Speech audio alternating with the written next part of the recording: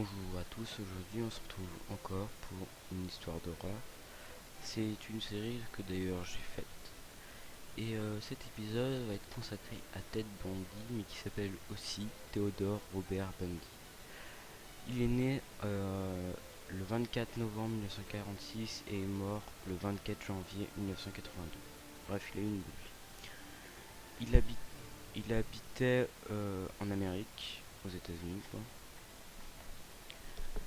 Il a été arrêté le 30 décembre 1977 et le 15 février 1978. Voilà. Le surnom, le tueur de femmes, Lady Killer, ou le tueur des collégiennes. Voilà. Le décès 24 janvier 1982 à 42 ans. Voilà. Il n'y a pas une super grande vie, mais pour un tueur en série quand même. Était un tueur un tueur en série américain. Il a agressé et assassiné de nombreuses jeunes femmes et filles durant les années 1970, peut-être avant, et en plus d'enlever et violer ses victimes, il pratiquait des actes nécrophiles sur leur dépouille. En gros, le seul type, quoi.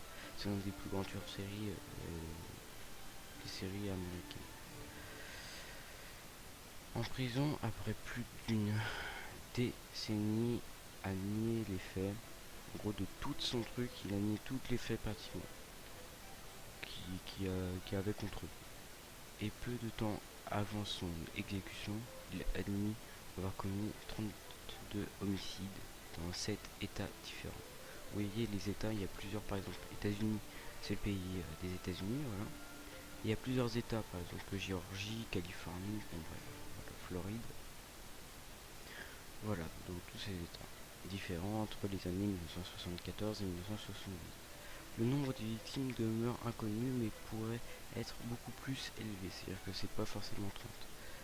Au lieu de ces jeunes victimes féminines, Bundy apparaissait comme un homme de belle apparence et charismatique, très utilisé pour gagner leur confiance. C'est comme si que par exemple, il y a un truc magnifique devant vous, mais en fait si vous le touchez vous mourrez. C'est un truc juste pour le toucher quoi, en fait. C'est pour vous attirer. Par exemple, c'est comme les moustiques. C'est pour vous attirer vers les yeux, en fait, par exemple. La lumière attire les moustiques. Parce qu'ils trouvent ça super beau. Enfin, la Bundy attire les femmes. Et du coup, ça leur donne une espèce de confiance.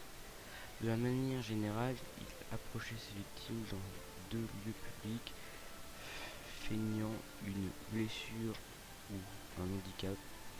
Comme ça, c'est plus facile à tuer, elle peut pas courir, en se faisant passer pour une figure d'autorité avant de les intimider et de les agresser dans un endroit plus isolé.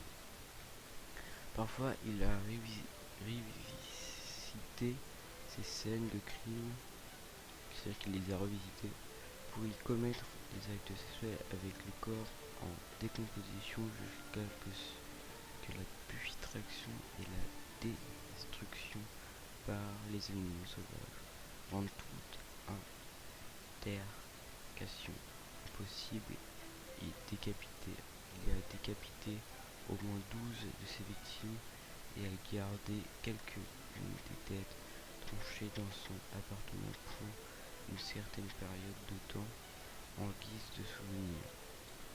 À de rares occasions, il s'est introduit par effraction dans les maisons de ses victimes au milieu de la nuit et les a tués corps de matraque durant leur sommeil.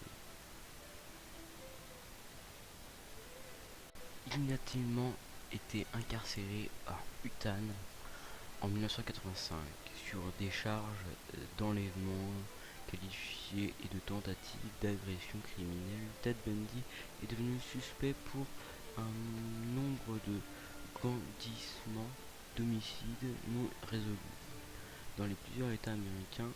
Accusé de meurtre au Colorado, il a organisé à réussir deux évasions spectaculaires capturées en Floride en 1978. C'est pour ça qu'en fait il a été incarcéré deux fois. Il a reçu 3 sentences à 2 morts à 2 procès différents pour les homicides en Floride. Ted Bundy est mort sur la chaise électrique à la prison de Rayford Strake en Floride le 9 janvier 1981.